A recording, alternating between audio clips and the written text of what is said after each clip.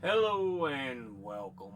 My name is Alan, and we are back with more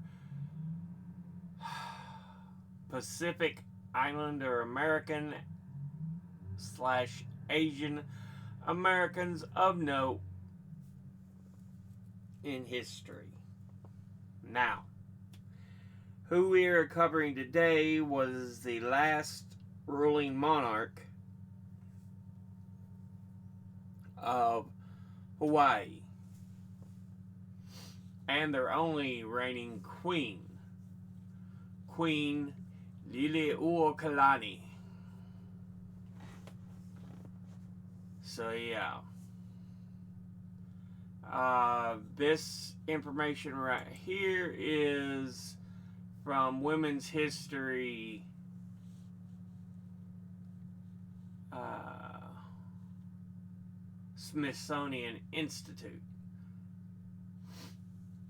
But essentially, it says in the little preamble part here, it says, I, Lilioukalani of Hawaii, do hereby protest against the ratification of a certain treaty which has been signed at Washington purporting to cede those islands to the territory and dominion of the United States. I declare such a treaty to be an act of wrong toward the native and part native people of Hawaii, an invasion of the rights of the ruling chiefs, in violation of international rights, both toward my people and toward friendly nations with whom we have made treaties, the perpetuation of the fraud whereby the constitutional government was overthrown, and finally an act of gross injustice to me. Part of a letter to President McKinley protesting the annexation of Hawaii, 1897. Now,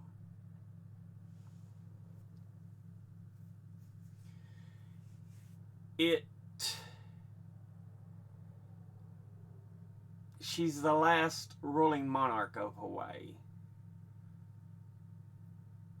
Afterwards, they become considered a part of the U.S. as a territory. And even at that point, the U.S. would maintain Hawaii for a while, and it's not till 1959, I believe, that Hawaii, along with Alaska, become the last states to be entered into the United States as states. So yeah, let's get into this a bit though. Lidiu Loloku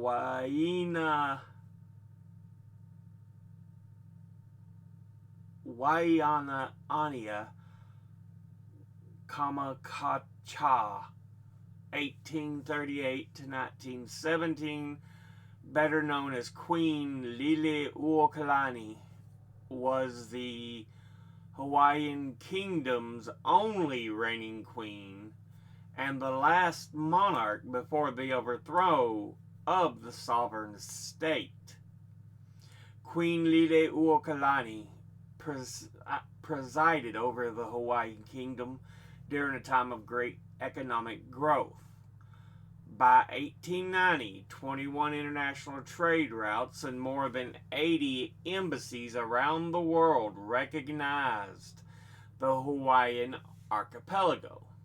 Additionally, Hawaii and its multi-ethnic society enjoyed universal suffrage in 1840, a full 120 years before the United States. Universal health care, state neutrality, 1855, and a 95% literacy rate, the second highest in the world. Deceit and treachery also marked the Queen's tenure on January 17, 1893. The Queen was forcefully removed in a coup de main supported by American troops and warships under the direction of John L. Stevens, the U.S. minister to the Hawaiian Kingdom. The U.S. argued that it needed Hawaiian ports to fight the Spanish-American War deeper in the Pacific, which the Hawaiian Kingdom's neutral status prevented. Despite years of unsuccessful appeals to international states and the U.S. government, Lilioukalani was confined at home in Honolulu until her death in 1917. While not an American woman, she marks a significant voice in the framework of American imperialism. Yeah.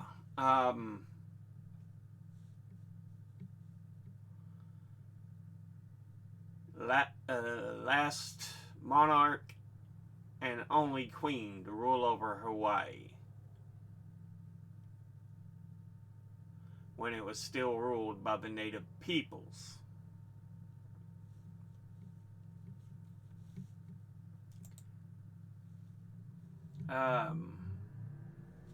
The first and only reigning from Britannica, first and only reigning Hawaiian queen and the last Hawaiian sovereign to govern the islands, which were annexed by the U.S. in 1898. Lydia Kamakaeha was of a high-ranking family. Her mother, Keokokalole, was advisor of King Kamehameha III. She was reared in a military tradition deemed appropriate for Hawaiian princesses. She received a thoroughly modern education, which was augmented by a tour of the Western world. After a time as a member of the court of Kamehameha IV, she was married in September 1862 to John Owen Dominus, son of a Boston sea captain and himself an official for the Hawaiian government. In 1874, her brother David Kalakaua was chosen king, and in 1877, on the death of a second brother, W.P. Leleiohoku was the heir apparent. Who was the heir apparent? She was named heir presumptive. She was known from that time by her royal name, Lilioukalani. Over the next 14 years, she established herself firmly in that role and would serve as regent during King Kalakaua's world tour in 1881. So, as a heir presumptive, if the king dies, she's next in line. And she was active in organizing schools for Hawaiian youth. During a world tour in 1887, she was received by U.S. President Grover Cleveland and by Britain's Queen Victoria. On the death of King Kalakaua in January 1891, Lilioukalani ascended the throne, becoming the first woman ever to occupy it. Lilioukalani regretted the loss of power the monarchy had suffered under Kalakaua and tried to restore something of a traditional autocracy to the Hawaiian throne. She had earlier made her position clear by opposing the renewed Reciprocity Treaty of 1887, signed by Kalakaua, granting privileged commercial concessions to the U.S. and ceding to them the port of Pearl Harbor. This attitude forever alienated her from Hawaii's haole, foreign businessmen, who, after her ascension, tried to abrogate her authority. Led by Stanford Doe, the missionary party asked for her abdication in January 1893, and declaring the Queen deposed, announced the establishment of a provincial government pending annexation by the U.S. To avoid bloodshed, Lilioukalani surrendered, but she appealed to President Cleveland to reinstate her. Cleveland ordered the Queen restored and rejected the treaty of annexation sent to Congress by his predecessor, President Benjamin Harrison. In his message to Congress withdrawing the treaty from consideration, Cleveland stated that, but for the lawless occupation of Honolulu under false pretexts by U.S. forces, and but for Minister Stevens' recognition of the provincial government when the United States forces were in sole support and constituted its only military strength, the Queen and her government would never have yielded to the provincial government.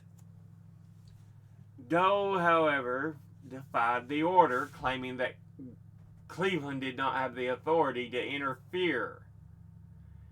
In 1895, an insurrection in the Queen's name, led by Royalist Robert Wilcox, was suppressed by Doe's group, and Lilioukalani was kept under house arrest on charges of treason. On January 24, 1895, to win pardons for her supporters who had been jailed following the revolt, she agreed to sign a formal abdication.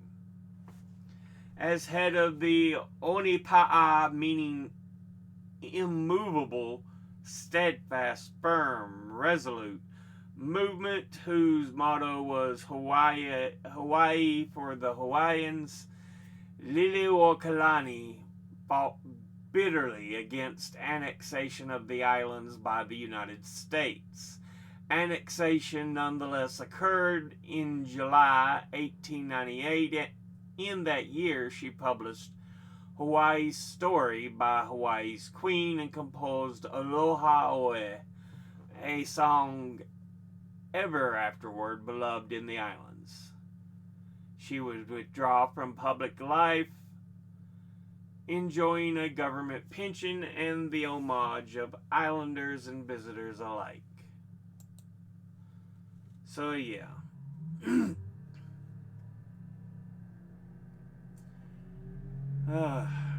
Born as Lydia Liliouloku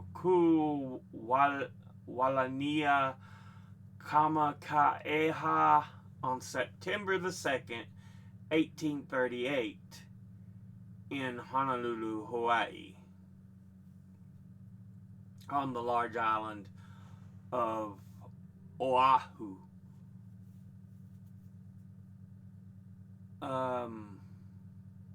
And she would pass away November the 11th, 1917, age 79, in Honolulu, Hawaii.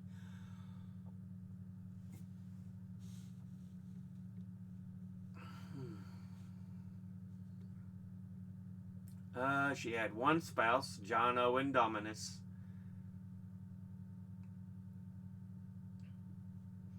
Name at birth, Liliouloku Walania Kamakaeha was her birth name. Lydia Kamakaeha was her name after baptism. And then, of course, Lilioukalani was her royal name.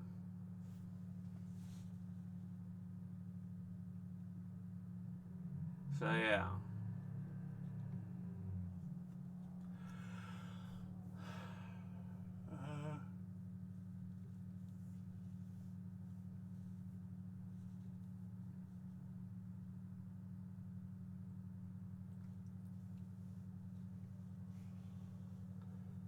She attended the Golden Jubilee of Queen Victoria as a representative of her brothers and official envoy to the United Kingdom.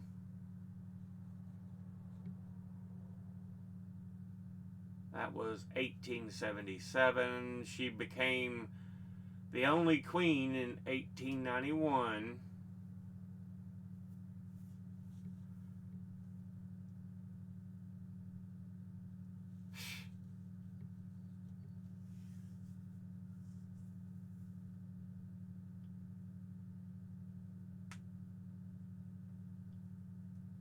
So this Stevens asshole ruined everything.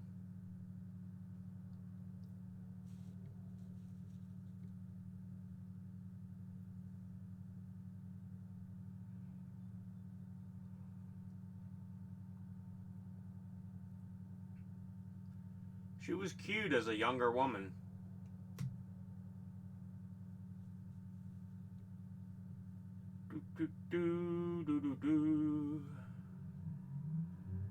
But yeah.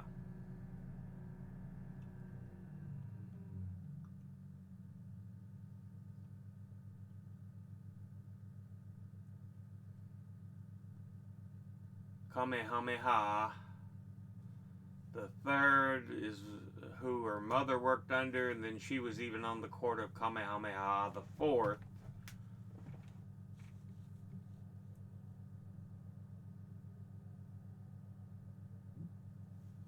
Uh, ba, ba, ba, ba, ba, ba.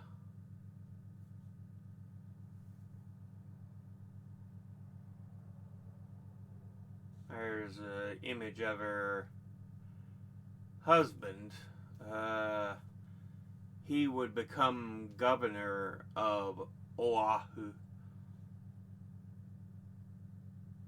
at one point, so yeah.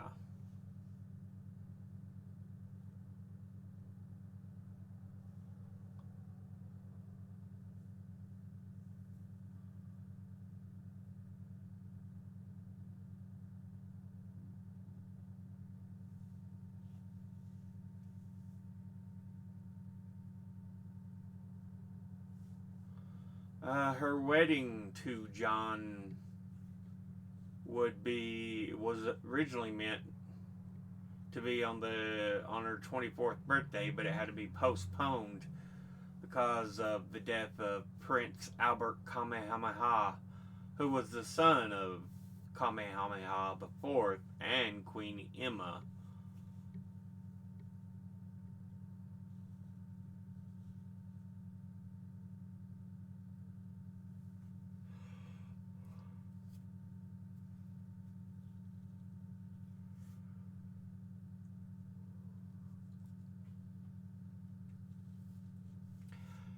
And while we could never say she was actually American, she was very important,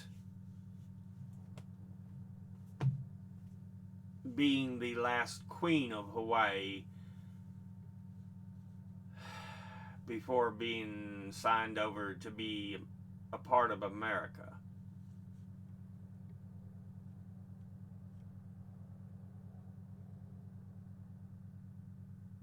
So yeah.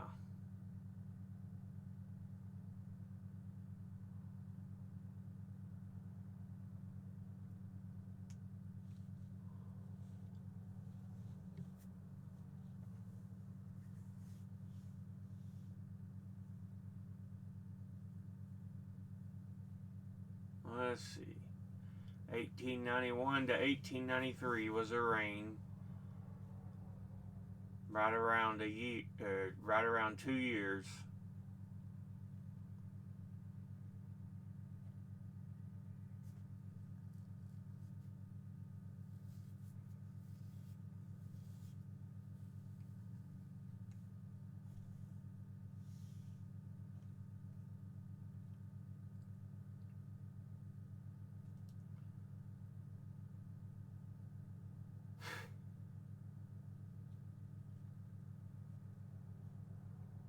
President Cleveland even tried to put her back in power, and then this John Stevens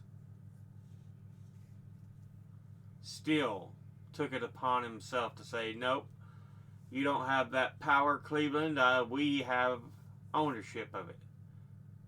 It's like, really, dude?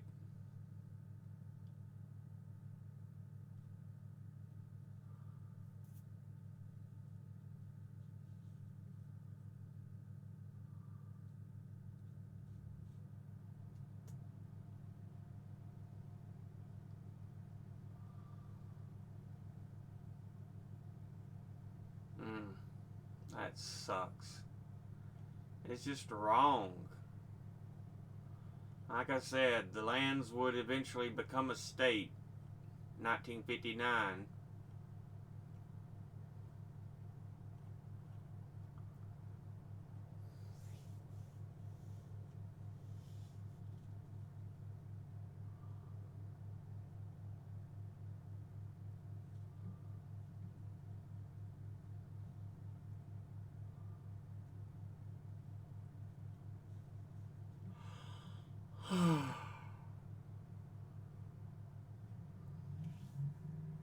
Yeah. Regalia. Monogram, coat of arms.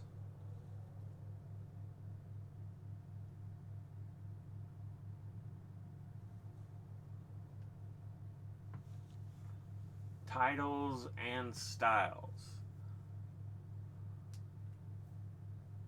The Honorable Miss Lydia Kamakaeha Paki, which apparently was the title she held before marriage. And then after marriage, she was the Honorable Mrs. Lydia Kamakaeha Dominis. And then,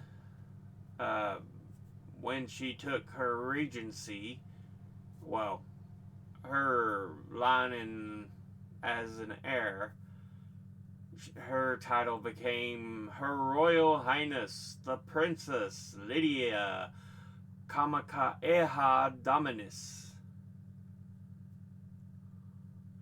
And when she became the heir apparent right after the king, she was known as Her Royal Highness the Princess Lilioukalani, heir apparent.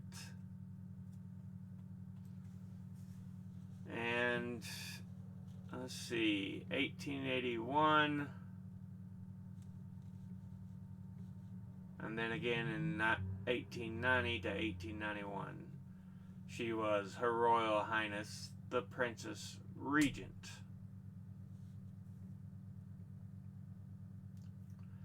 And then finally, Her Majesty the Queen.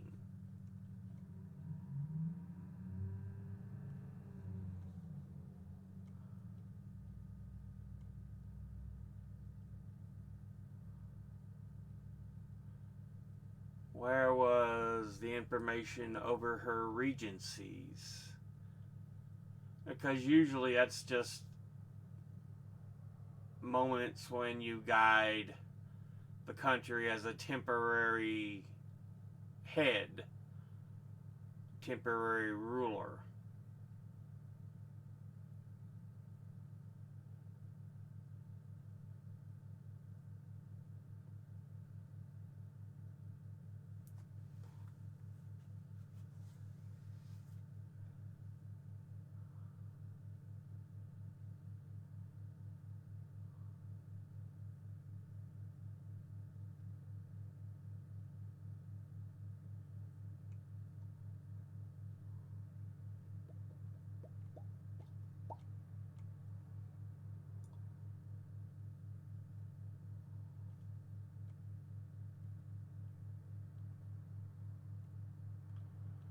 That was her official reign.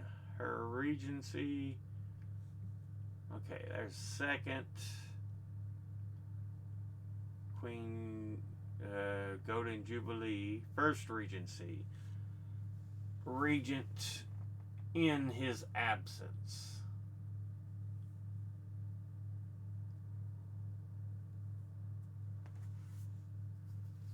Okay, so she was ruling over the islands while he was having to take part in the world tour in 1881 to see other parts of the world, other nations.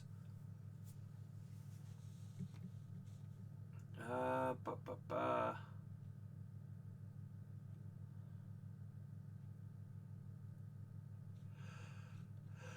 Then 1890.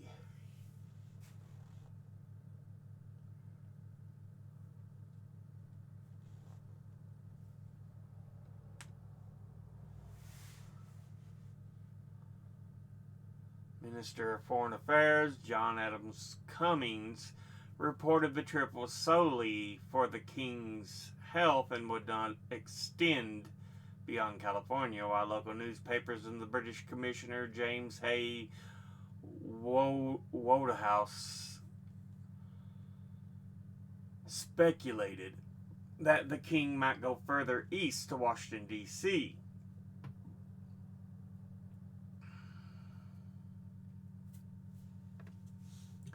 The McKinley Tariff Act had crippled the Hawaiian sugar industry by removing the duties on sugar imports from other countries into the U.S., eliminating the previous Hawaiian duty-free advantage under the Reciprocity Treaty of 1875.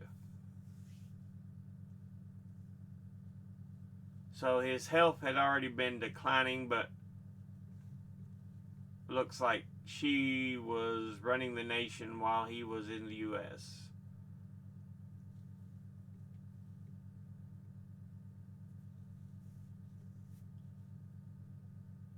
And then she would become queen permanently. But yeah, that gives us a good look at Queen Lilioukalani,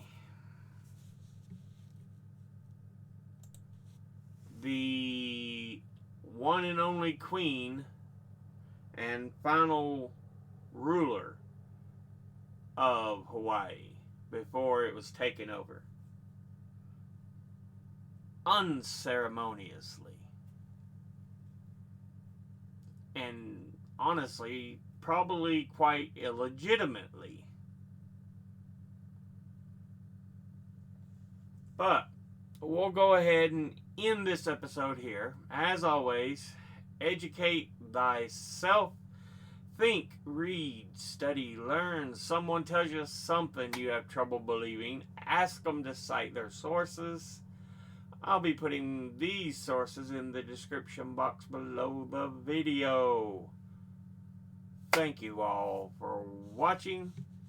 I'll see you all in the next one. Until then, later.